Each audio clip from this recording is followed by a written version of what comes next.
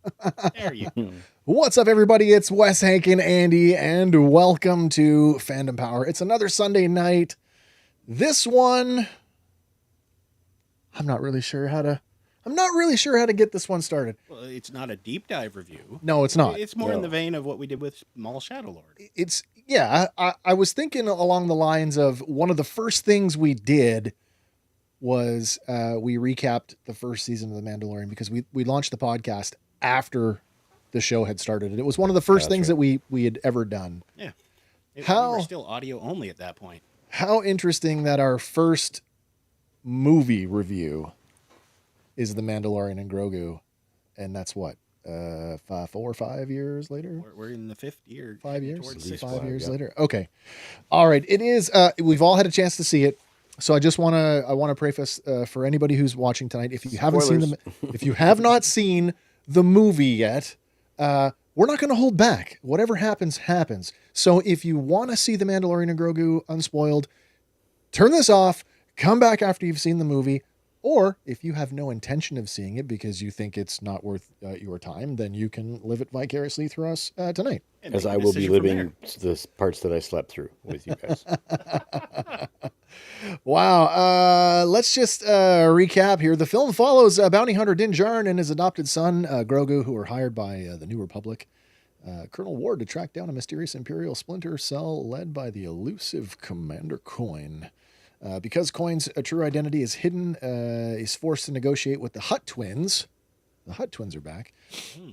And who offer the Imperial's location in exchange for the rescue of their kidnapped nephew, Rada the Huttlet. It's not much of a Huttlet anymore. They kind of like bury the intro there, don't they? They kind of. He's had a little growth spurt. I'm going to talk about that, actually. I have an interest. It seems like it shouldn't be a thing, but now it's a thing because they've said it, so I'm going to talk about it. Alongside New Republic ally Zeb Aurelios, who could have been anybody as far as I'm concerned in this movie. Mando infiltrates the black market salt crystal bazaar and successfully extracts Rada from the gladiatorial arena run by the crime lord Janu. However, he quickly discovers that Janu and Commander Coin are the same person, operating an underground syndicate to fund his Imperial remnant. After capturing Coin, the mission unravels when the treacherous Hutt twins betray Mando, hiring the bounty hunter Embo. That's right, Embo, to kidnap both the Mandalorian and Rada. Taken to the swamp world of Nal Hutta, Mando is forced into a gladiatorial pit against a venomous dragon snake and is gravely wounded. Among others. Grogu takes charge of the rescue, allying with a group of Anzellan mechanics to extract his father from the stronghold and nurse him back to health. Once recovered, Mando and Grogu launch a counterattack on the Hutt palace just as the droid Gotra faction arrives to seize control. The chaos peaks when the Hutt twins perish after falling into their own beast pit. And Colonel Ward's New Republic forces arrive to provide air support, ultimately destroying the fortress. With the Imperial cell neutralized, Rada renounces his criminal heritage to join the New Republic, while Mando and Grogu are rewarded with the new Razor Crest before departing for their next mission. Wow. It is the first Star Wars movie since the rise of Skywalker. And lot of mixed feelings. Lots of mixed feelings. I've really had to think about this one, maybe more than I should have. You know, I've tried to lead with my heart. I just want to say this. Fans of our show could probably guess this, but if I said that Andy is probably going to be the cheerleader, Hank's going to be the naysayer, and I'm going to be down the middle, I think that's accurate. That's probably true. Yeah. It's probably true. Yeah. Nate here saw the movie first thing on release day and loved every moment of it. Okay, that's great. Yes. That's great. I am and super Lefty's happy. here about with that. us. Lefty, welcome. Hey man, nice to see you. Thanks for tuning in. Josh is here as well, so I guess he's going to live vicariously. All right, you're going to live vicariously. Hasn't seen it, doesn't really want to. Maybe when it comes to streaming, it's all good. So that was a big question going into this movie, and a lot of early buzz surrounding the movie sort of came from, was this going to be just another episode of the show stretched out to feature length? In fact, it was 4 episodes masquerading in an IMAX trench coat. Wait, I read that. Somebody quoted that. Somebody said that earlier. I don't know who said that, but it's pretty funny. It's funny. I didn't see it in IMAX. I only saw it in AVX. So we had the big audio experience. Yep. Arguably, one of the best parts of the film was the audio. Goranson scores 100% the best thing about the movie. It's great. Doesn't really sound like anything in the Star Wars musical palette other than his own work, and I like that. But it did have a little futuristic edge to it. Yeah, it did. Back it did. Yeah, it really did. Sci-fi and whatnot. Really did. I see your question, Josh. No, there wasn't. We were very lucky, but it's been weird the last few days. We've had a heat wave and a frost warning. And we've had. We were supposed to have a planned power outage yesterday, but the power company canceled that because they were busy doing storm responses. So they'll reschedule it sometime else. Yep. Okay. Well, what do you want to start on? Do you want to talk about the? Because now I want to say we did not talk to each other. Andy, you and I talked because we saw the movie together. Yeah. Hank, you saw it 2 days later on the weekend. That's right. And you sent a very quick message to say that you were going to save it today, but Yes. you left us with one nugget. Do you want to let everybody in on that nugget? What you said? I said, large nugget. I said, what a colossal waste of time. and I stopped. I normally I would engage with you and I would ask all kinds of questions, but you said you were going to hold it for today, so I respected that. I'm like, I will as well. My response to you in that message was, that's too bad. I enjoyed it more than I enjoyed Maul. Right. I don't know if that's a fair comparison, but if we are going with the assumption that The Mandalorian and Grogu is 3 or 4 episodes stitched together, then I guess we can weigh it in TV terms. Yes. It was better than Maul. It was better than Maul. Proof. It was better than the Lizzo Jack Black episode. Oh, see, I like that episode. But it might not be conspiracy even in the theory that top came out. 10 of the episodes that we got through seasons 1 through 3. I don't think it's even in the top 20 episodes, seasons 1 through 3. Well, okay, I'm left with the exact same question I had with Maul, and that's why. Why does this need to exist? There's 1,000 things I would have done with this. I have a list of things I would have done, and I know there's a lot of people out there that are, I would do this or I would do that. And I'm not in charge, and it's not my idea, but there are so many drop balls. To go back to your colossal waste of time comment. Now that we're here, I want my follow-up question to that is, Sure. whose time is being wasted? The viewer, the filmmaker, both? So, I mean, Lauren said a really good thing on the way out of the theater to me. She said, Sure. It's our fault. We keep going. We keep going knowing that they're not going to set the bar very high because we've stopped demanding that with our money because we give them it all. We do. I think the big tell will be next weekend, because by the end of this weekend, here we are Sunday night, most of us, when I say us, I mean the Star Wars fans that continue to turn out for all this stuff. We've probably all seen it by now, or most of us have. The question is this movie going to grab the general movie-going audience? I think it was meant to, and I don't think it's going to. I think it was meant to, though. I think that there's an argument to be made that if you didn't watch the 3 seasons of The Mandalorian, that you could watch this movie and have a pretty good time and more or less understand what's going on. I said to Andy as we were leaving the movie theater that this movie felt like they just pushed a giant reset button for the entire show. Because my biggest question coming out of the movie was this the season 4 adapted to film, and what does that mean for the franchise going forward? And I asked Andy, did you think that was it? Are we going to get another season, or is this it? I believe this movie, like you say, is a reset. Yeah. But it does set up 3, 4, 5 more seasons. Because, I mean, he makes that statement, I'll finish that deck for you. Because Captain Ward or Colonel Ward is holding a stack. They do make a point right? of focusing on that deck of cards, and it's it is, like you say, it's quite a thick going deck back of to cards. the season 3 Mandalorian with the Imperial Remnant and all their holograms. Yeah. There were way more cards than people were in that room. That's true. That's so true. That was a better episode. Both of those warlords do make an appearance in the movie, right? They do. Yeah. Or made an appearance in that episode. Just shout out to Warlord. who is just his action figure is just named Imperial Warlord. Which is sad because on IMDb he is actually Warlord Commander Barrow. Commander Barrow.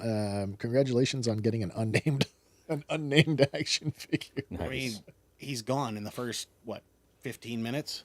Interesting that talking about marketing, and you say the first 15 minutes, that I thought that the marketing that we had gotten, to me, I felt like it was from all over the place. Not really. No, they kept it right down to the beginning. Like, you got glimpses of what else was to coming. The point that they even released the first 23 minutes of the movie to 4 minutes. 4 minutes in the featurette was and it wasn't the first condensed. 4 minutes. It was like the first. You get 10 minutes. Yeah, there was some San Diego. Yeah. There was some con or maybe it was Star Wars Celebration. Maybe it was. They released they sat people down and let them watch the first 20 minutes. Which was that would the give best you part. that gives you that whole opening sequence. They clearly spent all the money there. I don't think they did. No. I really don't think they did. I think that there was quite a bit of money spent on the whole movie, but I would argue that some of the other sequences in the movie were just as thrilling, if not a little bit more thrilling for me anyway. Not to jump too far ahead, but like the Dejarik pit fight. Yes. I was so impressed with that. I was thoroughly entertained. And you'd said it, Andy, that it was nice to see them in other than just a holographic form or like actual creatures that not just a little chess piece somebody made up. Or like in Andor where they're playing Dejarik with physical pieces. Yeah. Mm-hmm. To see the actual creatures in the pit doing what they do, that was a thrill ride for me. I quite enjoyed that. I thought the monsters were done very, very well. Mm. And if you like monsters and aliens, this movie's a treat. It is. There's so many. This movie's a treat for that. And droids and everything. Yeah. I found it super dark and very, very blurry. We watched it in 3D. Yeah. We watched it in 3D, and I always complain that 3D because the glasses are already a little bit darker, so it makes it even darker.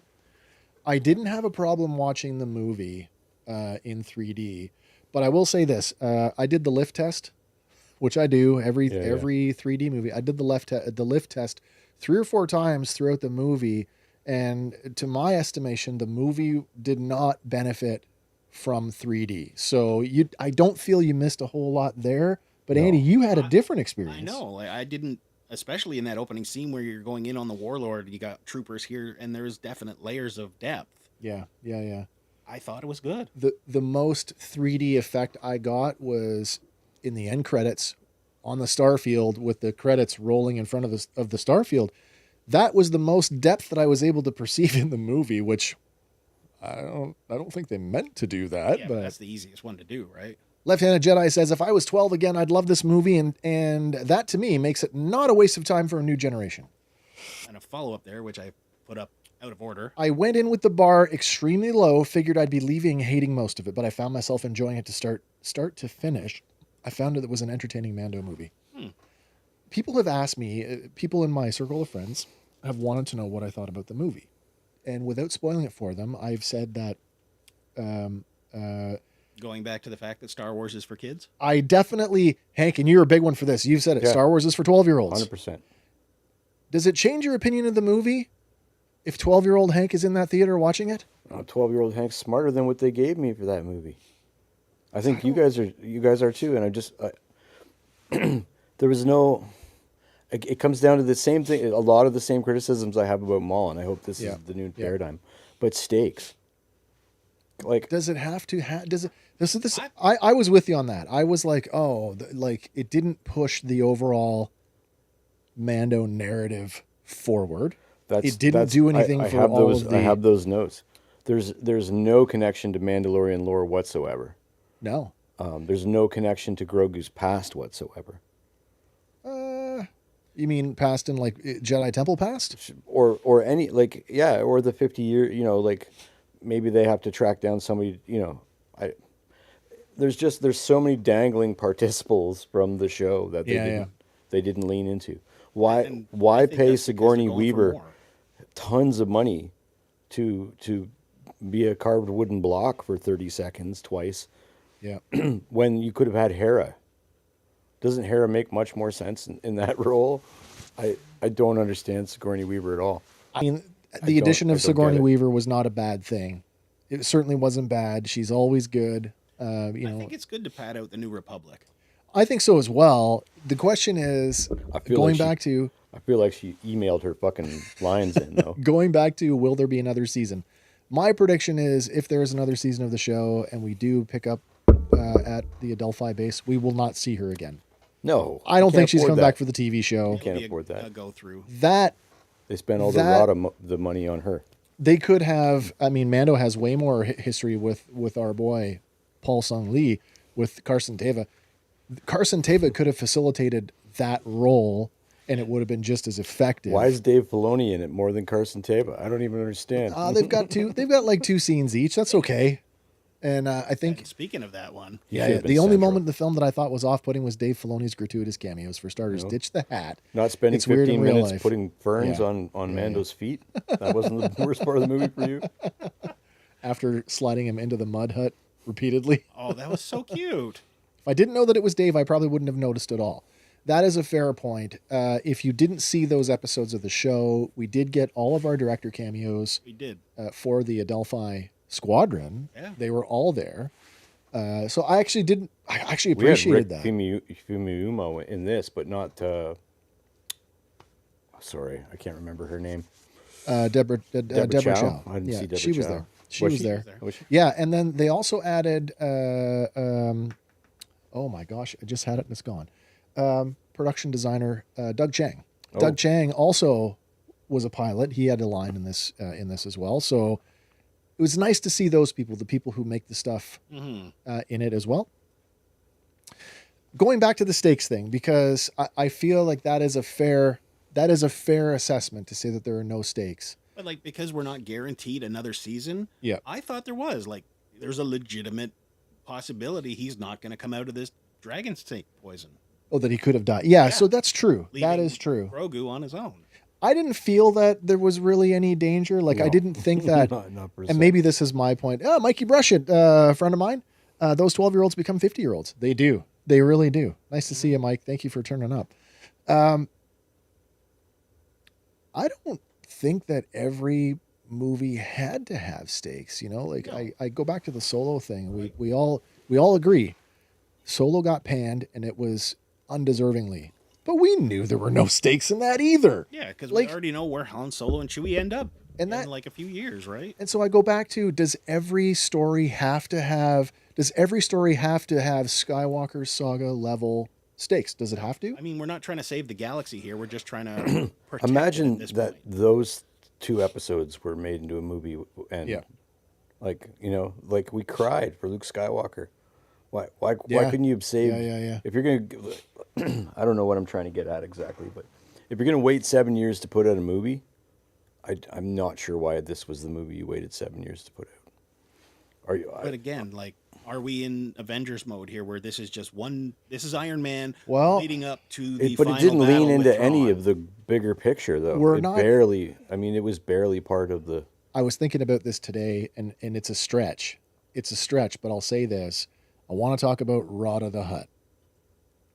Most compelling character in the movie. The most character development of anybody in the movie. Arguably, he and Grogu have a little bit the most development. But in a roundabout way, it does, with him signing on with the New Republic, it does set him up for a future reunion with Ahsoka. Yeah. Whether he has any memory of that, I don't know. Well, I don't know. They do live hundreds of years, right? Well, okay. Thank you for bringing that up. I knew we were going to talk about this, and we're here now. The 3 seasons of The Mandalorian, we've always been saying, is Grogu going to talk? Is he going to talk? We're listening to every babble and giggle and wondering, is that a word? And he didn't speak. No. He didn't speak in the TV show. Communicated with like yeses and nos. Well, yeah. But that's about it. He didn't talk in this movie either. But when you look at the time gap between the Clone Wars animated movie and this movie, it's not that long. It's not astronomically long. No. So when the twins, the Hutt twins, say tongue in cheek that he's had a growth spurt, it tells us what we already knew, that different species age at different rates within the Star Wars galaxy. Yeah. That's not to say that Grogu can't have a similar off-camera growth spurt, and we come back to a season of television. He's a little bit older, and now he can talk. Mm-hmm. Why wouldn't you? Like, that seems like the perfect reveal for a movie. Again, it's a huge dropped ball. I actually went into the movie wondering if he was going to have his first. This is the way. Movie. This is the way, and I just hit up a grand slam home run. I don't understand. Yeah, I don't understand why the story wasn't about the mission to get the Razor Crest. I have my own feelings about the Razor Crest. And make it a character again. I don't understand. Yeah. It was something to see slug on slug action. Never thought I'd see that as a longtime Jabba fan. Mm-hmm. The what do you call it? The crocodile death, alligator death rolls that he was doing. It was kind of neat. It was really very neat fighting style. Yeah. I was happy with a lower stake adventure. It meant that the movie can happen and not affect the storyline of the main series when it hopefully comes back. Mm-hmm. Yeah, I'm okay with that. I know you don't follow this stuff, Hank, but I feel it's worth mentioning that if we're going to stick to the Solo comparison, that's a $300 million budget. Mm-hmm. That's not adjusted for inflation. That was $300 when it was made. This movie was made on a $156 million budget. And you said, it's obvious that it was. And in some ways, yes. Lauren leaned into me at one point, about halfway through, and went, the AI is horrible in this. I don't think there was AI used in it. No. I don't think so. I definitely noticed. Did you guys notice the obvious stop motion in the big droid fight? I fell asleep through that part. Those two giant droids. Now, whether they did it digitally to recreate that look or did it with physical props, it definitely had the stuttery movement of stop motion. And, I mean, we'd said this, just recently. Was it during Mall? You had said, Hank, you hope the old ways survive? Mm-hmm. Yeah. And, yeah. There it is. Yes, Rada was awesome. It's cool to see just how dangerous Hutts can be. Yeah. Yeah, absolutely. There you go. They need the Razor Crest back because Hasbro already has the molds. And you know damn well. That might be the wisest thing said tonight. All right, go into the Razor Crest because we're here now and it's worth bringing up. How many people were so outraged at the destruction of the ship? Right as the HasLab project was dropping, it made no sense. There was always this sense of that the Razor Crest was going to make, or a Razor Crest was going to make a return to the show or to the franchise. I just didn't think that it would be an advance on your salary from the New Republic. Mm-hmm. I sincerely thought, and this goes back to not tying in with any of the larger world that we've already established and ignoring basically the entire side cast of characters. I truly thought Peli Motto was going to be the one to come through on that. Mm-hmm. So that's my other thing. As fun as the Anzellans were in this, and this is maybe the best that the Anzellans have been. Yeah, they were much prefer Peli Motto and her Pitroids. Yeah, another dropped ball. I don't know. Other than that, the Anzellans are like tap tap tap tap some keys, and you have Anzellans rather than pay an actor. Well, the Anzellans were all puppets. Voiced. Mm-hmm. Yeah, they were all puppets. Yeah, that's true. And Grogu too as well. So that's true. So suffice to say that we do have mixed opinions on it. At the end of the movie, and we're gonna go into more stuff here. I think we'll go through some of the slides that Andy's put together because I think that'll be fun. But we should go around and give the movie an overall numerical score. Now I'm gonna lead by saying that IGN, and I at one time I was a big fan of IGN back in the day when Jim Vovoda was doing a lot of the reviews. He and I have very similar sensibilities, but now it seems like they'll let anybody review the movie for them.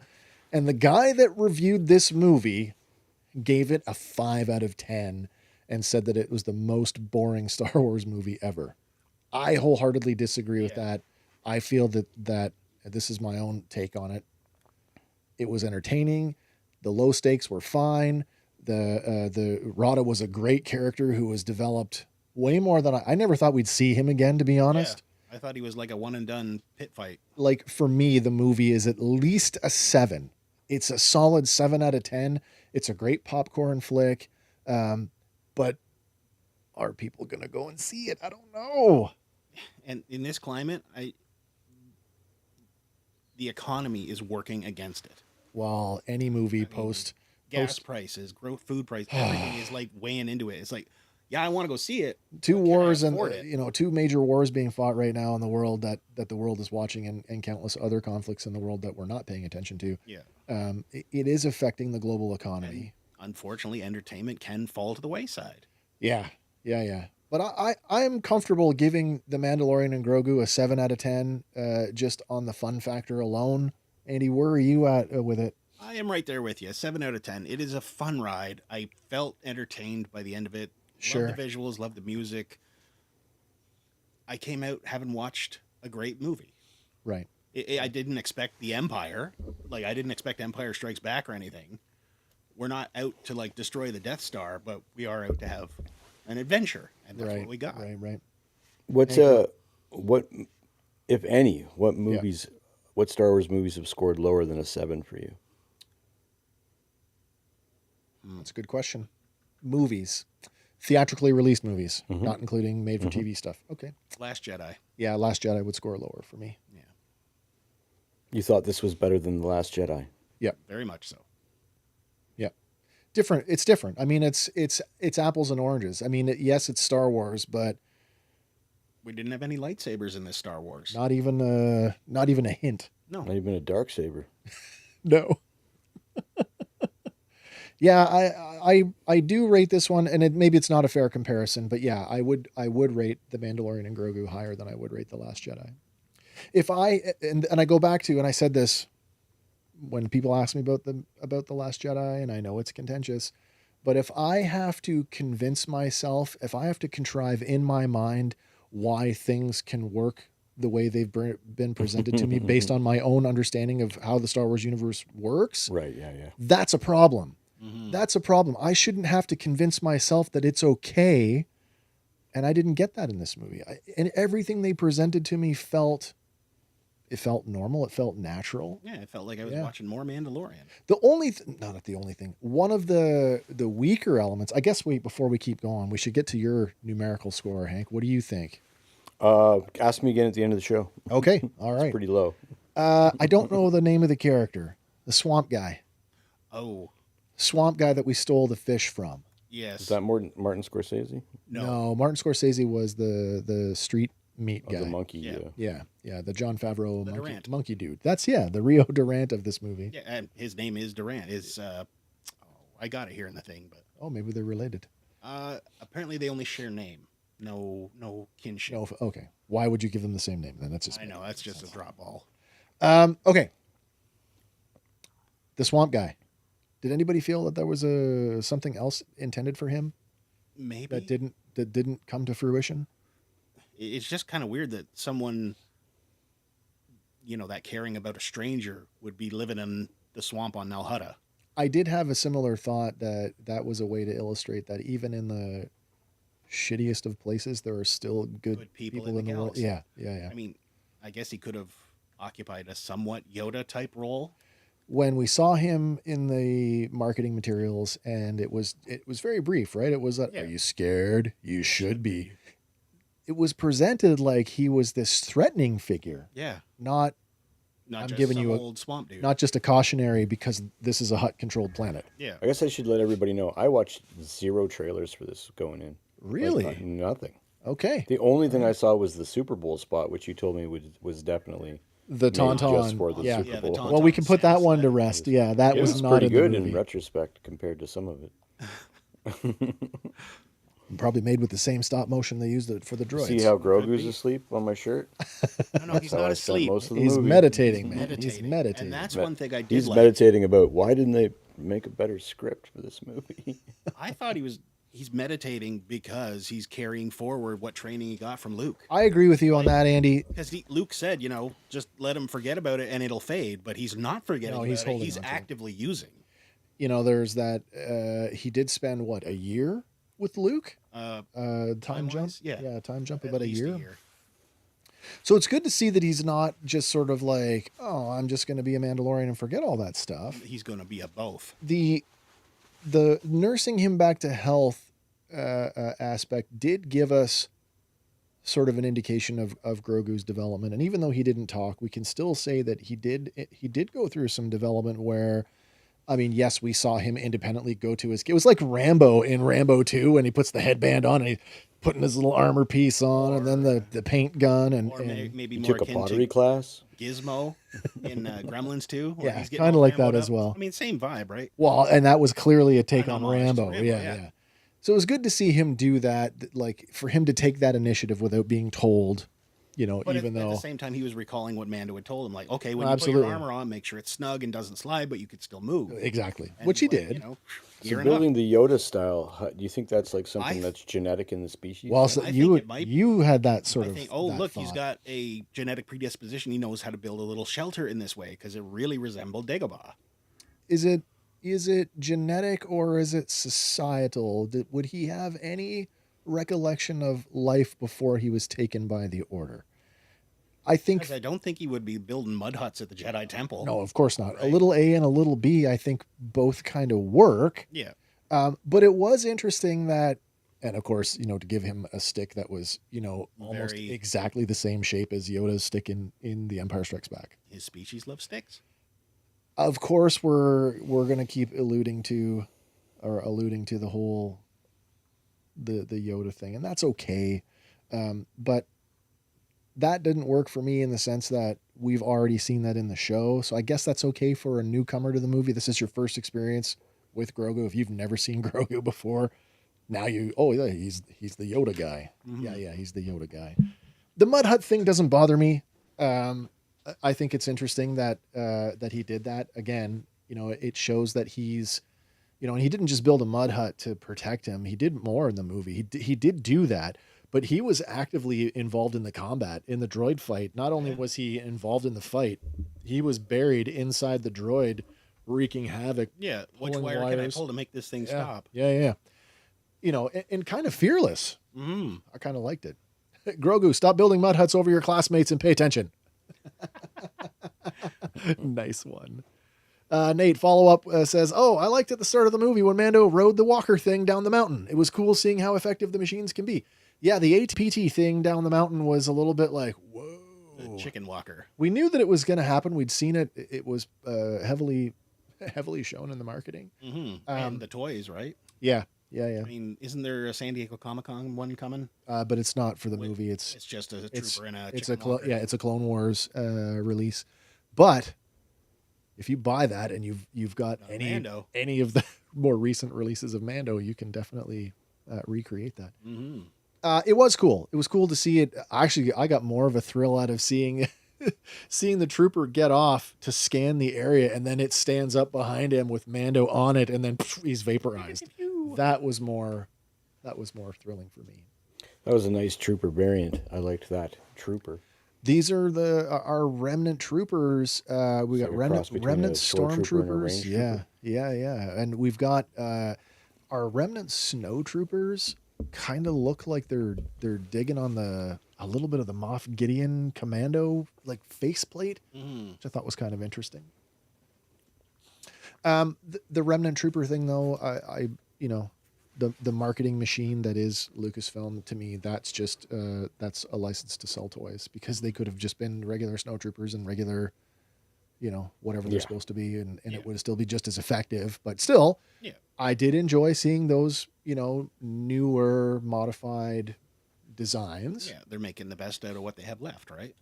What do we think of, we got to deal with 2 Imperial warlords in this movie, each of them running their own operation, slightly different from the other. And I don't know if either of these guys, Andy, were either of these guys on the Shadow Council? Yes, they were. They were. Both of them were in the hologram room. Like they're all doing their own thing. And still trying to answer to Moff Gideon. What did you guys think of the style differences between these two guys?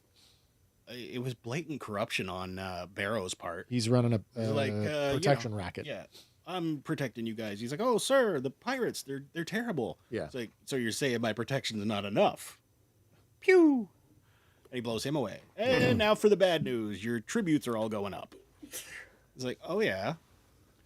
And Commander Janu Coin with his exotic menagerie pit fighting and ring. his exclusive salt crystals. Yeah. Well, in a place where they're on, what do you say? They're rationed. Yeah. It's like, take a crystal. It's worth $1 billion. Salt. It's like it's worthless where I'm from. Salt. Yeah. Dune. I don't know. I just kept thinking the whole time, where's Moff Gideon? Why don't He's you in the wind, right? Why don't you have a big? The wind, yeah. Well, why not use the movie to bring him back? Like to have your big villain back. I There's feel so like, many. Why did we make this a movie? Well, let's.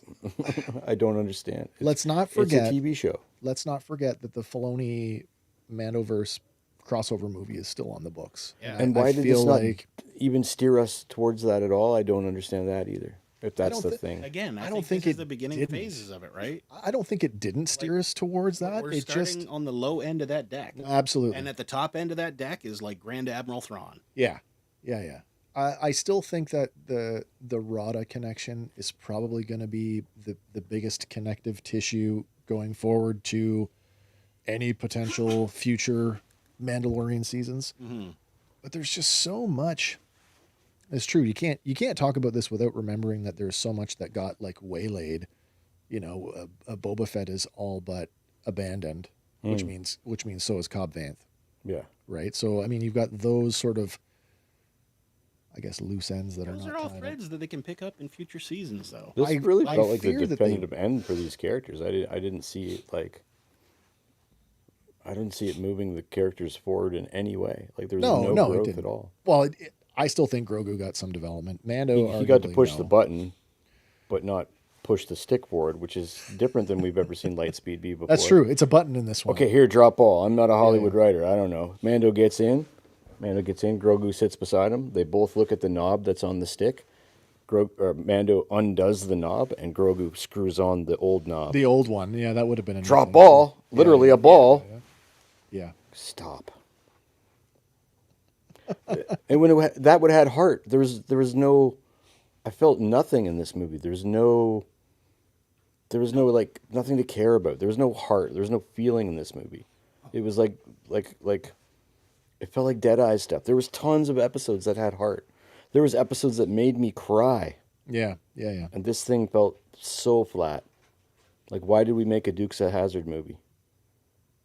all of those dumb turn a TV show into a comedy movie. Of all of them, that's the one I like the most. Yeah. Knoxville and better than Starsky and Hutch or Chips. But even it sang all the hits. This is like we have a movie. Let's sing all the hits. No, we're gonna do B-sides that you've never heard of for 2 hours. And the Weird Al with the totally gratuitous or whatever it was, the tour that he did before this one, where he's just sang deep album cuts. Yeah. I have to say, if this was, and we started with that, let's go back to it. If this was 3 or 4 episodes of the TV show, would you think they were bad? No. I don't think they're bad now. Don't get me wrong. I don't think I've said the words, I think this movie's bad. I don't think this movie needed to be a movie. These are subpar episodes for the show. So if they're tucked in the middle of a season that has better bookends than this, then they're fine. Just the first bookend. I don't even think it's subpar. Like, I mean, I say that I'm judging this on the. God, well, let's go through some of the storylines from the show and go, where does this rank compared to those? Let's do Cobb Vanth and the Sarlacc and the Crate Dragon. Yeah, that's a movie. Those 2 episodes are a movie. I don't the very first 2 episodes, the pilot and the one person, like with the finger touch so we're 40 minutes into a thing we've never seen before. We get this finger touch, and there's so much heart in that moment. Yeah. It didn't. I mean, other than Rhoda repeatedly going, "Oh, your dad's pretty cool, kid." I felt like Pedro Pascal. I know he's very stoic. I know the lines have always been delivered very flat. But there's parts where he was like giving lessons, and it was like, now the old saves the young, and the young saves the old. And I was like, what? That's super. Take your helmet off and say that. Maybe that was so flat. That was crazy flat. Always put on your seatbelt. Like, oh man, he's in dad mode. It is not uncharacteristic for who he is, though. I mean, even even in his own clan, they keep their helmets on. No, I get it. So like that stuff. Unless you can kill everybody in the room now, that's new. After 3 But that's years. okay. But even the speech from the armorer, did anybody see your face? Blah blah blah. Anybody alive, or something to that. It still supports that. Okay, you take my helmet off, you have to die. Yeah. Also, I don't know why Emily Swan wasn't in the movie. It should have been a greatest hits. What it should have been is the one episode we thought we were building up to, which is where he's gathering all the people. Yeah. And then we have a group fight, like a reason to have a movie. I have to believe that is still on the books somewhere. That is coming in the future. If we get to this honestly ended like I felt like you're never going to see these characters again. They probably will because of the popcorn buckets I bought, but I mean, I don't know. Looking at this is like my kickoff for the next 3 seasons.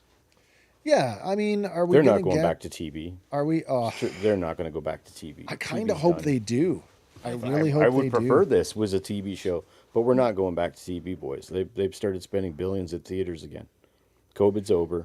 Oh, they didn't. No, billions. It was 156 million. Yeah. It was $156 million budget on this. No, I know, but I'm saying people are spending billions at the box office. Oh, again. No, we're not. On one movie. What? Well, across how many the movies board, made How many movies made $1 billion in 2026 so far? There was three Japanese animated movies with subtitles made over $1 billion. Probably Demon Hunters, K-pop. Yeah. Super Mario? Maybe. I don't know about North American movies. Yeah, I mean, are we talking global box office? Because certainly, like, 100% global box office. But I'm saying people are going back to the film. I think we're. Oh, that's fine. I think we're. That's fine. I'm okay with that. I think the point on this was that's not the end for these characters. No. Yeah. Whether it's TV or a future film project, but I don't think it's the end of them. Was that a sneeze? Was that a? Yeah. Is she sick? Allergies. Okay. Yeah. Maybe she was crying over our debate of this movie. No.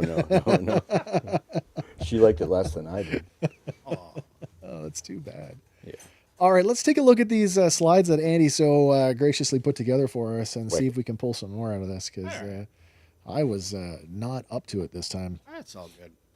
Well, first up, let's talk about Din Djarin, because I put the wrong slide in, and that's where we're starting. Oh, because you started at 3. Looks great. I started at 3. We're terrible here. There we go. Hera looks terrible. Mandalorian, again played by Pedro Pascal, but Lateef Crowder and Brendan Wayne both back in as well. I said that when we came out of the movie theater. Do you remember the order of the credit sequence? Very vaguely, but they were prominent. They were in the top 5 people. They were in the top 5 credited. Yeah. And like Pedro and Sigourney obviously got higher billing than they did. I think Rada's character did. Yeah. And then it was the two of them, Brendan and Lateef, which perfect. Yeah. But like I know you and I had talked about it on the way back. It's like there was an absence of the whistling birds, right? But they were the launcher was there. It wasn't. Are you sure? It's gone. According to this trivia page, he lost them at the end of season 3, as we know, and he never replaced them because he hasn't gone back to the armorer, right? But the launcher would still be there. That's what I'm saying. Like, sure, he didn't replace the individual darts, but I'm pretty sure the physical was still there. I just don't think we saw him use it. Well, obviously, we didn't. Yeah. So there's that. Our first bounty of the film was Warlord Commander Barrow. Nameless Black Series action figure. True. But he's played by Hemke Madera. Do we have any other credits for him? Oh, crap. I didn't look into that much, but probably. That's okay. I can look it up. But he was, he was in season 3 of The Mandalorian because he was in the Shadow Council. Stuff adjacent to him. This is from the Easter egg site. The AT-AT driver helmets were cast in light gray. Okay. To match what they did for Empire Strikes Back.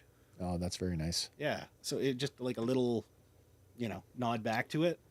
And the escape pod in the one is the INT-4, which he uses, and that's based on the 1982 mini rig toy. When they showed that off, that was So that was part of that 4-minute featurette. And that was the thing that got me. And I think I said this on the lead up to the movie. That featurette was the thing that got me like for the movie because of that. Have you looked this thing up on the Wikipedia? Not recently. It's not listed as an escape pod. No. It's listed as an interceptor, a single seat interceptor. And essentially, like, it's just the head scaled down, right? It's a chicken walker head. Yeah. A small chicken walker head. And, of course, we got the chicken walker, or the small chicken walker, I guess. ATPT. Yes. Running down the hill at Mach speed. And I love the toe articulation as he was going down. Yeah. That was neat. Bringing us back around, we have Colonel Ward. Oh, yeah, it's Mandalorian. Oh, yeah, Colonel Ward. Yeah, played by Sigourney Weaver.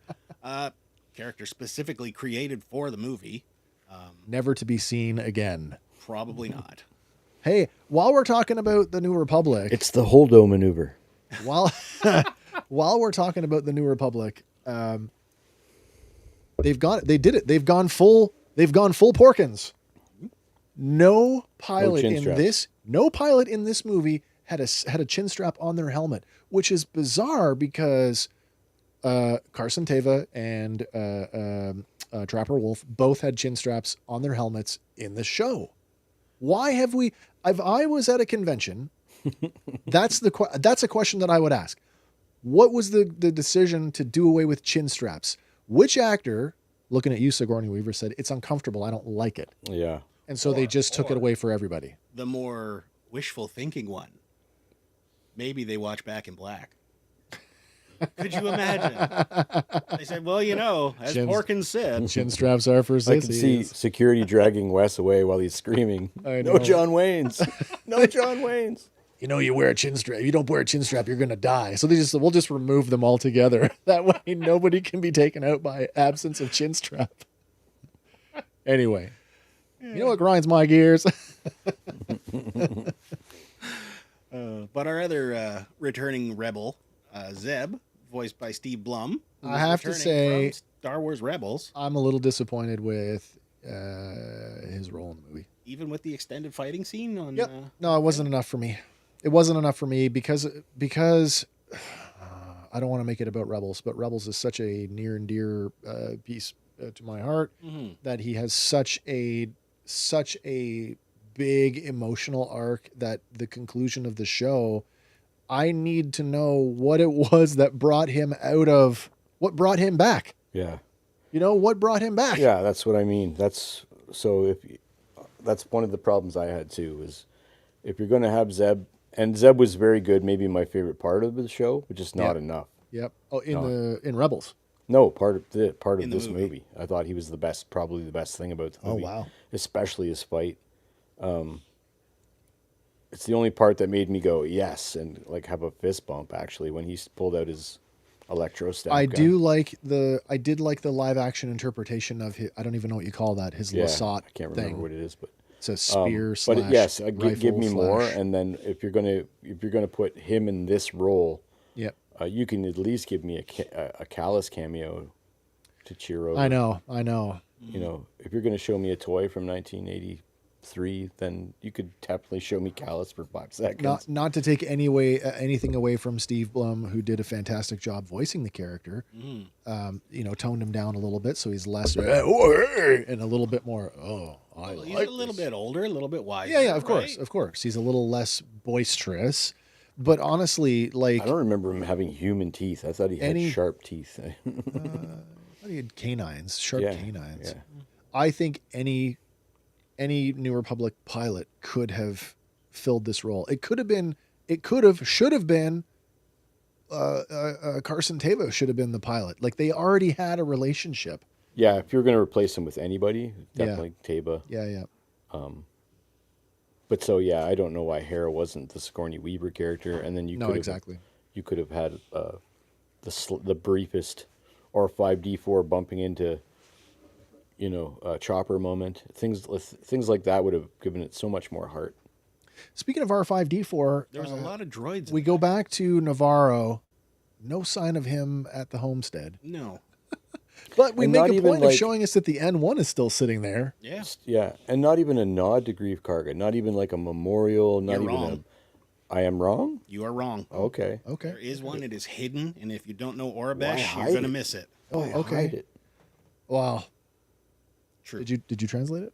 We did. We know where it is. Oh, okay. Beauty. Thank you to this trivia site. But yeah, moving on from Zeb here. Yeah, okay.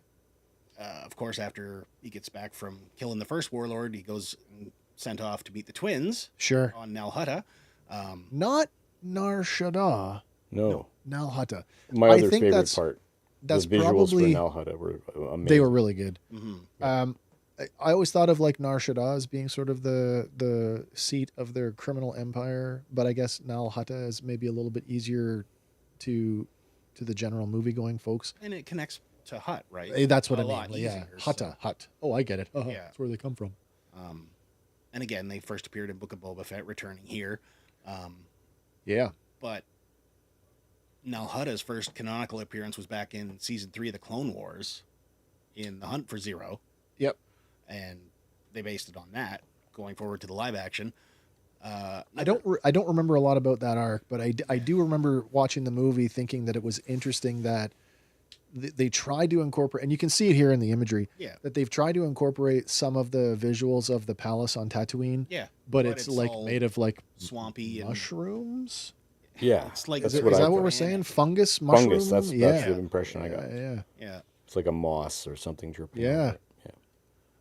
Another little tidbit they put out there, the Hutt fighter that comes out to, guide Mando in. The droids are flying? Yes. Yeah. It is inspired by the 1981 Imperial shuttle design by Return of the Jedi production designer Norman Reynolds. Do we have any concept art for that? We do not. I thought it more resembled... what is it? Norman Reynolds? Yeah.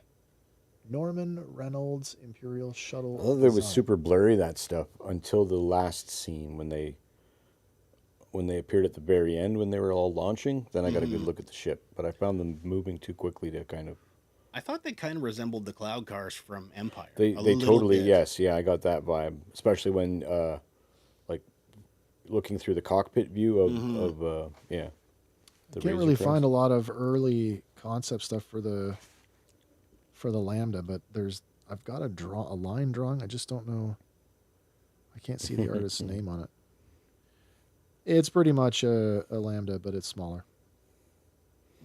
The fin, the top fin is much, much smaller. Josh says, I need to get a cloud car. We all do. I always thought that the cloud car would separate. Like each one would be its own thing. Standoff. And then they could come together and link up. And Voltron. I just never got the whole like... Or if they had that B-wing style, so they could like... around one another. There was a B-wing at El Delphi base. Yep. We saw it on the tarmac. Sorry, talking about the fighter, the Hutt fighter. What did you guys think of the droid Gotra getting name dropped? It was a nice name drop. That's the kind of stuff that I was hoping for more of. Yeah. That's a nasty alliance. The Republic just went to war with them. They hired the droid. They made it sound like they hired the droid Gotra for protection, for security reasons. Yeah, that's one of the underlying things that I think that if you're going to pull threads and make this move forward, that might have been the most significant thing to happen in the movie, subtly, was that the leaders of the Hutts were assassinated by the Republic, the New Republic, and wouldn't that create a war? Well, now that we know that they are they've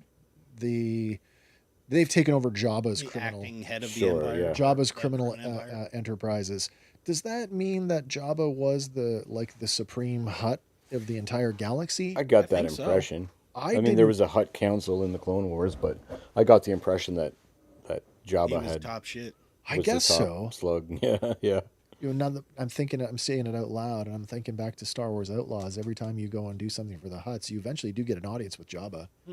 It's never really hinted at that there are other. But then you had guys like Zero, and you had other Hutts that we got introduced to in the Clone Wars that, to me, always suggested that there were other Hutts doing other criminal shit in other places. Yeah. I mean, as we walk through the base here, right? Like, we go past all sorts of them. Like, they're having weird little slug orgies off in this corner and slipping down that tunnel. And so to go back to that, like, what does that mean in terms of power vacuum? Like, okay, the twins are dead, so that means not really a whole lot, really, because Boba Fett had already taken over as the daimyo of Boba Fett. So his other criminal stuff, that's now up in the air. Right. Who's like, is there going to be like a Hutt gang war to see who's taking over? Because Rada doesn't want that position, right? Good for him, by the way. It's the most interesting question that the movie raises, in my opinion. Yeah. What's Josh saying here? My dad was pulling up a fence post at their old house and pulled a Cloud Car Pilot. I gave it to my son. I thought about getting it back. It's been in his toy box for years. And follow up to that. It belonged to the family that lived there before us. It was a really cool find. Too bad it wasn't Boba Fett. Can't always be Boba Fett. That's true. But more stuff here. Phil Tippett, who was the head of the creature shop back at Return of the Jedi. Yes, he was. Yep. And, designed the original template for all Hutts, which the twins are based on. He was one of the stop motion animators to have worked on the sequence with the two guards outside the main chamber Hutt. Okay. So yeah, those droids, they're the ones I'm talking about. Yeah. They were definitely stop motion. Yeah. Of course they were. And he was also the co-creator and animator of the Dejarik chess back in New Hope. That is also true. So, and a whole bunch of other movies. Like the man is a stop motion legend. Yeah, he's a Harryhausen. Now, I did not know this. The trivia site gave me this one, but apparently when they're on approach to Nal Hutta, you get a nod to Nar Shaddaa. The moon. You can see it. Yeah. Which featured in the comics first time in the 90s. Yep. So that's kind of a neat one. And I did not know this, but I thought it was a really cool little piece of trivia. On approach, the radio controller who says you're cleared to land, it's Anthony Daniels. Oh, I did not get that. That's cute. So he is. Wait. Yeah. That makes Tony Daniels all movies. The only Star Wars castmate to have appeared in every Star Wars movie. Yeah. That's cool. Good for him. Yeah. So, I mean, you don't get to see him, but he's there. And then circling back to the Greef Karga thing. When we are on the moon of Shikari, it is based on Prohibition-era Chicago, because that's... Shikari, it's Chicago. Favreau's favorite time I get in in the city. I get it. But as they're walking through, there is a sign above the doorway where the Dejarik arena happens. And if you translate it, it says Weathers Apollo. So Carl Weathers, Greef Karga. Wait, is that the thing you were talking about? Yeah. So that doesn't give us any indication about the Greef Karga character. No, but it gives you a nod to Carl Weathers and his character Apollo Creed, right? Right. Yeah. No, that's for sure. So for sure. It's more to him than Greef Karga, but yeah, where Greef Karga is concerned, because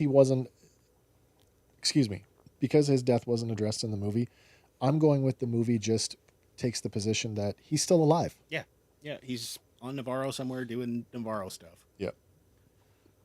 I did not go in and try and translate all the Orbesh in oh no, you'd be forever. But you'd be forever trying to get it all.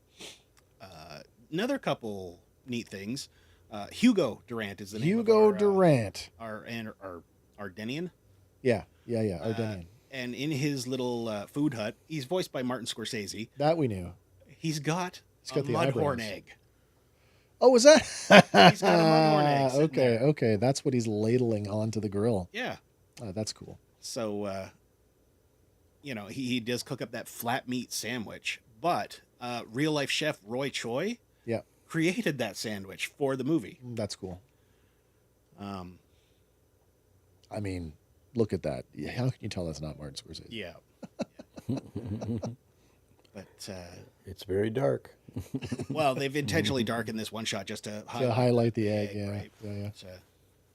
But, I guess all among the other labeled foods that he has up on his menu are Arkinian tenderloin, Lyra sand crackers, and Llama's tree bites, which are all available in the 2023 Star Wars Ultimate. Oh, are they? Okay, of course. So, real life recipes make you get into thing. All right. Jumping across to Rada, which I always thought it was Rhoda, but Rada. I think it works either way. Because they're pretty standard on the Rada. Listen, if we can't agree on that, we can always just call him Stinky. That's true. Stinky. Yeah. But like you say, he first appeared in the Clone Wars. He did. As Lil Stinky, where Ahsoka Tano went so to did they make a model to make that hologram? They did. And it is hand-painted, or a hand-painted concept model, painted by Jon Favreau. Oh, cool. So he signed it on the bottom. So that's cool. going to be a neat little collector piece going forward. I think that's very cool. I did like, I mean, you know how I feel about this movie. Mm-hmm. And when I say this movie, I mean the Clone Wars movie. Oh, yeah. It's bad. Anyway, the fact that they went out of their way to make this thing, to make the hologram look a little bit like the animated character, as much as I disliked his inclusion in that movie, I did nod my hat for it's a nice making, little callback, right? It looks right. Yeah. The voice actor for him is Jeremy Allen White from The Bear. You might know that. But he's also the original voice of Baby Rada from the Clone Wars movie, David Accord. Yep. He is the sound designer on this. Okay. Oh, cool. Yeah. One of the only things I strongly disliked was Rada's voice. It kept ripping me right out of it. What was wrong with it? There was none of the big echoey boom none of the modulation. None of the like it just. And Laura was like, "Well, Zero kind of had a totally different voice," and I was like, "Okay, no, Zero was like, I'll give you that." Snivelly. So I'll give you that, but it still bothered me. I thought he should have had some degree of, booming. I wondered. Close your eyes and watch The Bear.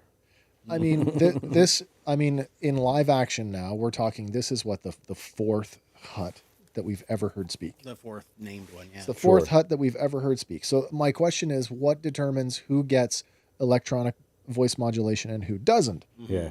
And from a production standpoint, I get why they didn't give that to him, because that separates him. Actor. No, I don't believe that at all. They wanted to distance him from the I'm going to be a crime lord like my dad. Mm-hmm. So they make him sound like a normal person, and that just helps. I think that helps the viewer perceive him as not, he's not a crime guy. He's going to be a normal dude. Yeah. And I didn't get a shot of it, but we do see it really clearly in the movie. He has got the anchor-shaped tattoo of the family clan crest. Oh yeah, he had the what do you call it? The Dejalik? Yeah. The tattoo or whatever. Very visible. Yeah. And during his first fight there, we do get to see Mando and Grogu taking in the fight, and Grogu is snacking down on Mantel Mix. Yay, colored popcorn. Yeah. But, you can get it at Galaxy's Edge at Disney World right now. First appeared in Season 1, Episode 7 of The Bad Batch, where they come back off the mission, and they're like, yeah, we got to have the tradition. That. Didn't got a lot of interior shots from the Salt Parlor, but apparently Fuzzball, who originally showed up in Captain EO, yeah, and then again in Skeleton Crew, yeah. He is now in the Salt Bar. Okay. So he's one of those unfortunate little pets who got captured. In his exotic menagerie. Yeah. And some of the other stuff that is on Lord Janu's walls include a Nexu, a Vexus, a Reek, and a Barghast. So everything that was in the Geonosis arena. Basically. Yeah. Wait, Barghast. I think... Barghast? Which one is that? I'm not sure. Barghast. Star Wars. Images. Oh, that's not what I thought. Where the hell did we see that before? I'm not sure. Maybe this was in Solo. It looks like an adult critter. It does. It looks like it with legs. Yeah. Not just a fuzzy little... What a weird looking thing. I don't know where we... Oh, behind the scenes. It was right there. It was right there. Give me the thing. Dang it. First appearance. The Force Awakens. Okay. So it's a forward callback. Yeah. But like you had mentioned, the Dejarik match, originally the Holo Chess game in A New Hope. Loved it. Great scene. Like the whole laser wall that they put up. Yeah. It was like ding, ding, ding, ding. the succession. To prevent them from climbing out. Yeah, which is a nice touch, except, unfortunately, it doesn't go that way. When it breaks. Yep. And the 2 swords that he picks up to fight Rhoda apparently are modeled off the Blades of Chaos from Kratos in God of War. Oh, really? Yeah. Oh, we're talking like Mando's sword. Yes, the 2 swords that he picks up off the rack. That's later on. They're like meat cleavers. Yeah. Because when he goes in, he grabs something that looks more like a Roman gladius. Yes. It's the one that comes with the action figure. It is the one. It's the one that comes in this box. Yeah, there it is. The gladius looking thing. Yeah. Funny, that rifle. For 3 seconds. Let's put it in the toy. Anybody remember seeing that rifle in this movie? Mm-hmm. Yes. Do you? I don't. Oh, that one. It's like a bolt-action rifle. The with the forks on it? No, it's a different rifle. I don't remember seeing this in the movie at all. I looked up 1 minute from my nap, and he was brandishing his original rifle, and I was like, "How? Well, it's a new one. Happen?" He went. So he sent Rada away with a gun runner. Yes. It was a droid-controlled ship. Yeah, a turtle tanker. He called it a gun runner, and when they got to Nal Hutta, that ship was crashed in the jungle, still full of guns. Oh, okay. Yeah, I guess we should jump ahead to that because it is the turtle tanker, and that was one of the things that I did not like was the amount of growth on it. Oh yeah, it hadn't been there that long. Yeah, it was way too overgrown. But I guess that particular unit. Your slide does not match. Oh, there it is. Yeah, we're. Oh, I see. These are all mixed up slides, like a little bit of this and that. But what am I looking at? You are looking at the bar on a Delphi. Oh, that's above the bar. And there's all sorts of helmets, droid. I see that. And whatnot that are hidden in there. Viper droid. Yeah, a canopy of a TIE fighter there. That yeah. But the turtle tanker appeared in season 4 of the Clone Wars. Yep. So it's call back to that.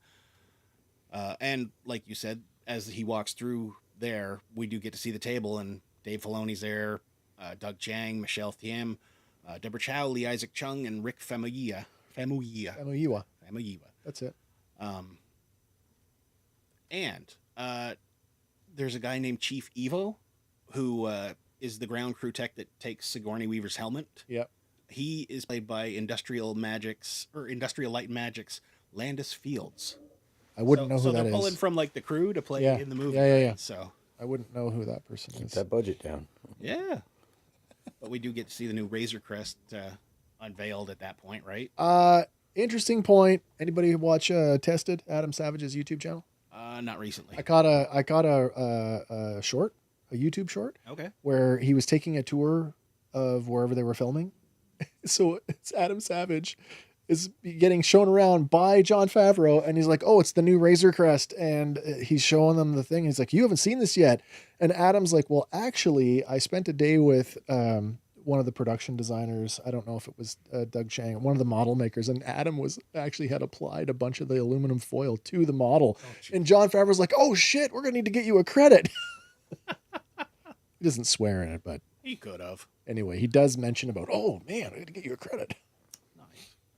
But he does take his new Razor Crest back to his homestead on Navarro. And we do see a paddock there this time through with a couple of blurgs. The blurgs. So that's the blurgs. Nice call back to season 1, I guess it was. Yep. And it's at this point where he has the Enzellans. I mean, if you want to get really technical, it's a call back to yeah. Ewoks. You're right. Yeah.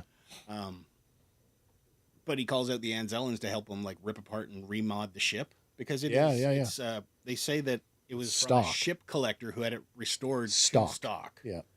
So, and that tells me like the Razor Crest model is not common. Like it's a collector's item, I guess, within the galaxy.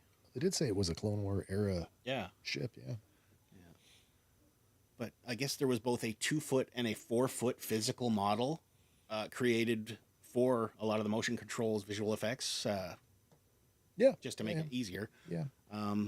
And as far as the Enzellans go, actor Shirley Henderson, who was voicing Babu Frick in The Rise of Skywalker, returns here after doing the Droid Smiths in season 3 to voice all 4 of these guys, who are Minch, Bai, Keto, and a new one named Clang.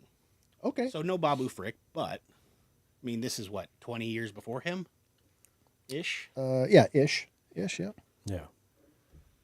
Do you guys like the fact that they have a little Anzellan scaled starship? I do, and I thought it looked a lot like like a coffin, like a carbonite transfer pod, right? Kind of, yeah. I actually at one point thought that the ship was long enough that the whole top was going to open like a coffin lid. Okay, lay down, get in. Yeah. Close the lid and fly away. This is very uncomfortable. But, I mean, it's funny to see Grogu being like, towering over them still in that ship. Yeah. I mean, he got the little I have to hunch over piece, right? So, and at that point in the movie, we do get our Embo running in to kidnap Mando. You weren't really aware of this character. I was not. Yeah. I did not realize that he was, in Clone Wars. You don't remember him in the Boba Fett arc? I don't. Yeah, he was around. Season 2, episode Bounty Hunters. Yeah. And just like that whole arc, I don't think they named him in this. They didn't. No, they just didn't. expected you to know him, but yeah, and I didn't. And yeah, this didn't hit for me at all. No. I mean, let's be honest. Boba Fett wasn't named in The Empire Strikes Back either. No, I get it. Right? Like it's not we're not breaking any convention here. No. And I guess back in the Clone Wars, he worked with an Anuba named Marok, which is funny because Marek, right? Yeah, same spelling. But in here, we get to see him working with a member of the same species, but her name is Kaibu. Okay. So that is the new How dog. cool would it have been to have like a rogue Mandalorian go after him? Somebody like Jodo Cast. That'd be neat. Bring Jodo Cast into a. If you're gonna do Jodo Cast, though, I feel like Jodo Cast would be a great way to. Unfortunately, that they've already by curbing Boba Fett's "I want to be legit." Yeah. They've curbed that, but that would have been a great story for him to take out your impersonator. Mm-hmm. I suppose they still could do that. I'm legit now. You're giving me a bad name. You must go. Yeah. Yeah.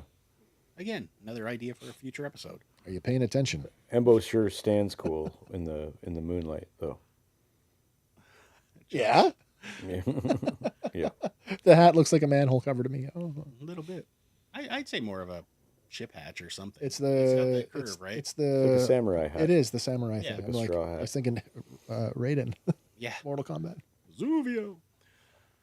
But yeah, moving along here, he ends up back on Nal Hutta, and they throw him in the. I mean, it's akin to the Rancor pit. Oh, it's absolutely a callback to the Rancor pit. And we get the dragon snake, among others, including the Amani, who are down there just swimming. And you weren't really up on this. No, I was like, holy shit! You don't remember these? I didn't at the time. There was until you said what it was, and like they first appeared in Star Wars: Return of the Jedi, right? Amana Man. It's one of the final 17. Amana Man. Yeah, he was one of the final 17. Yeah, got their name from the original role-playing game.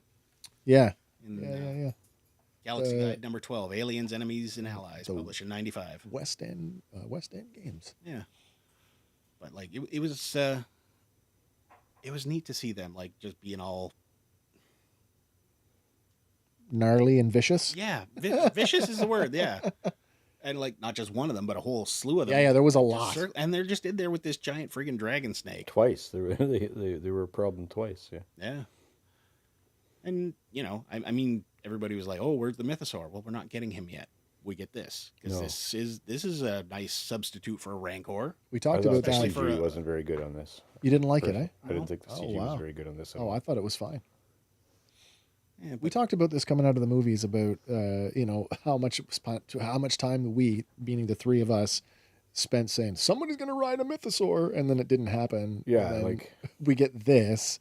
Which is fine. I mean, you're not going to throw them in the mythosaur pit. No, that's not going to happen. We have to have, if we're going to do an homage to the Rancor pit, we have to have a new Rancor, and I guess this is what they chose. Yeah, right, and it's not a new creature, right? It first appeared in The Empire Strikes Back. It's the thing that almost ate R2-D2. Is that right? That is what it is, yeah. Okay. I mean, you don't get a full visual of it coming out being all snake-like. You get no visual of it other than a ripple in the water. Yeah, you get very you get a fin, I think, a little tiny back piece, but yeah, but it's nice to see it fully realized here, right? If you hadn't said that, there's no way I would have known that. No. And again, this is going back to that trivia page, right? So yeah. Little stuff that I wouldn't have known, but yeah. and there is the shot of the Amani hanging out in Jabba's palace, right? Yeah, yeah. I got one more slide here, and it's sure. a mishmash again. But like you said, while he's gathering up weapons on the downed turtle cruiser. Oh, there you go. Josh has that guy. I got a figure of that yellow guy. Nice. Come on, man. A mini money man. Hmm. But he gets that new Ambin rifle. Yep. And of course, that is a callback to the one Boba Fett is carrying in the holiday special. The holiday special, the gift that keeps on giving. Yes, it does.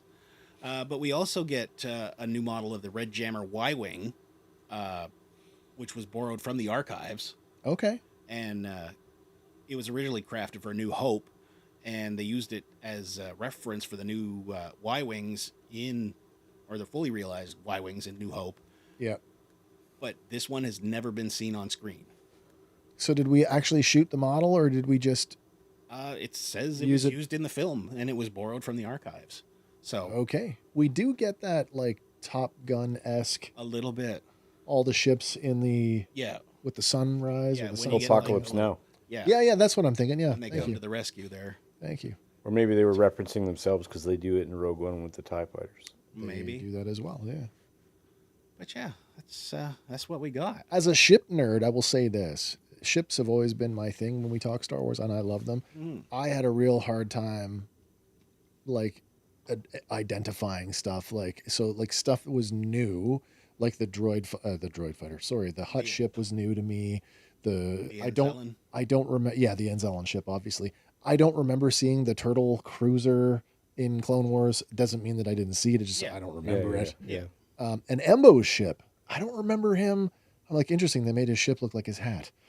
You know, it's a big saucer with a thing hanging out the bottom. He's a true alien, right? So I guess he's driving a UFO. But at the same time, it all felt Star Wars to me. Yeah, it all felt Star Wars.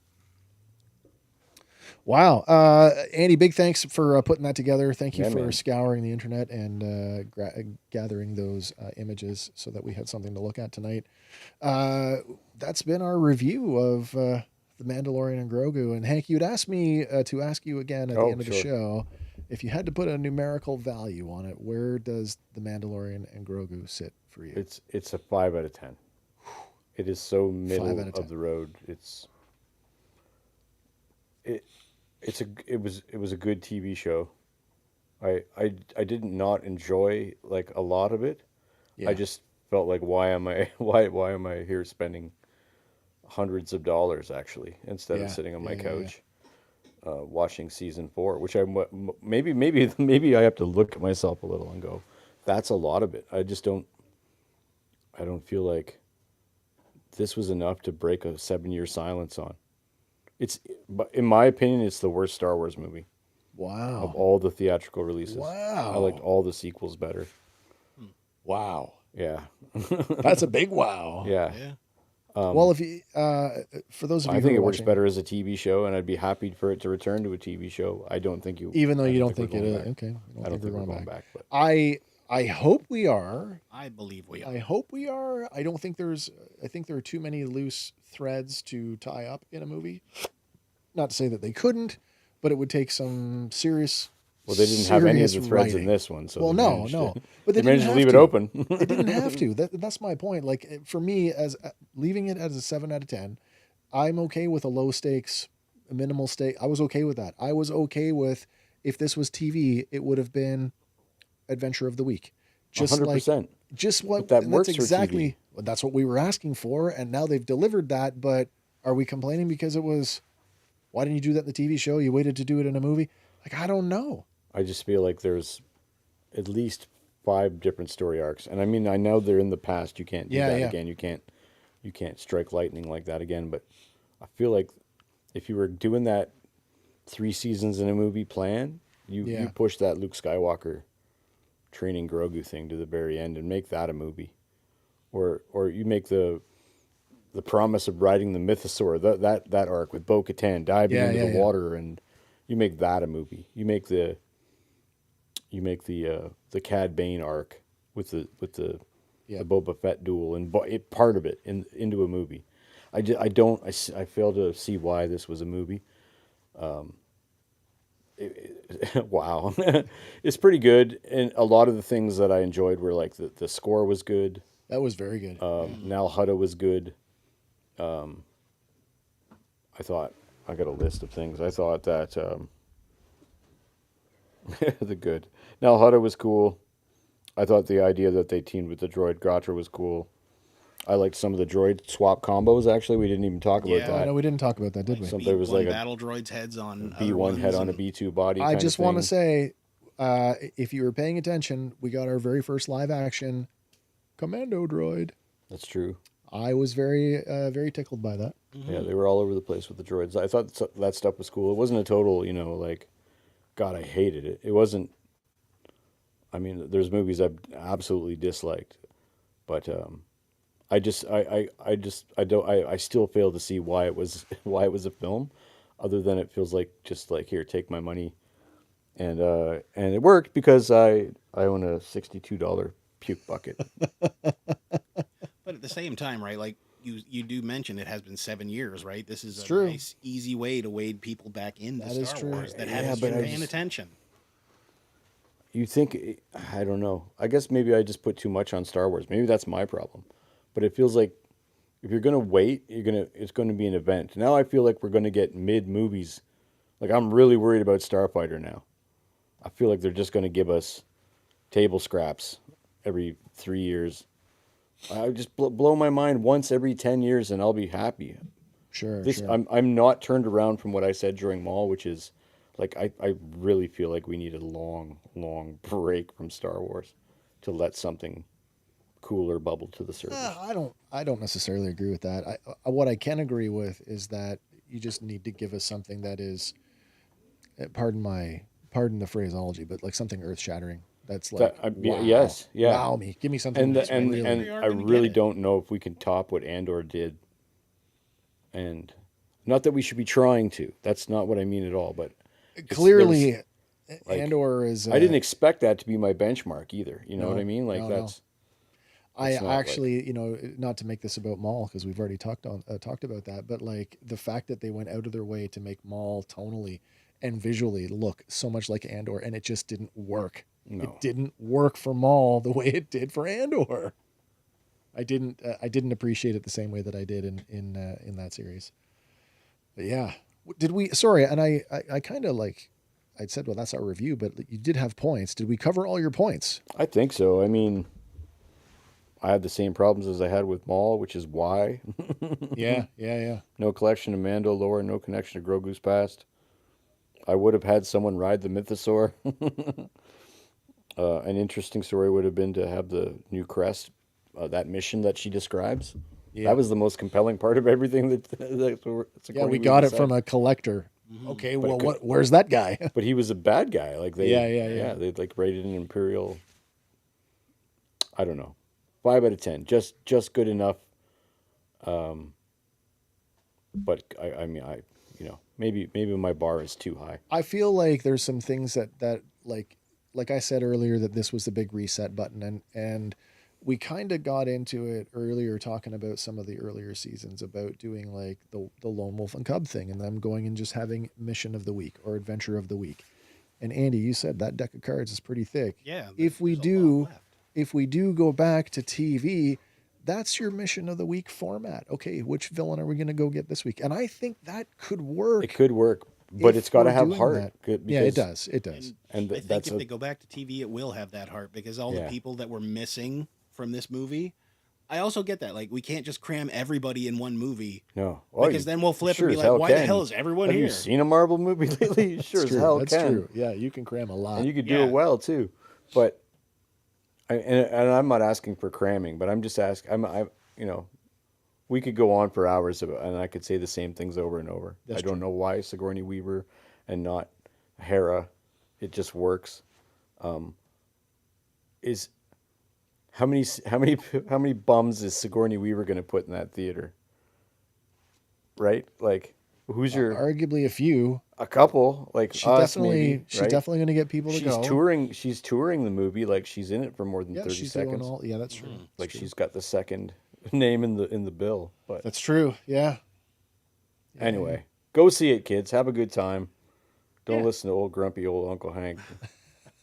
The only thing I did not like in the movie, was he did it twice, where Grogu's kind of going off on his own. He's like, heel. Oh, the heel. No. He's not your I noticed talking to it like it's a pet. Heel and stay. There was that twice. I saw I get, that twice. Using the simple commands, but come on. I looked up.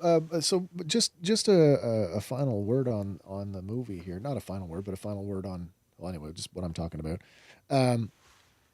There's a third writer. So we got Jon Favreau, we got Dave Filoni, and we got the third guy. Nori. It's a guy. Anyway, I did look him up. He was the writer on the Mandalorian TV show. Oh, there you go. Right. So I mean, it's not like they went, found new people unfamiliar with the subject matter. Exactly. So here's a benchmark. So even 7 out of 10 from you guys. Sure. Yeah. Are you going to go see it again in theaters?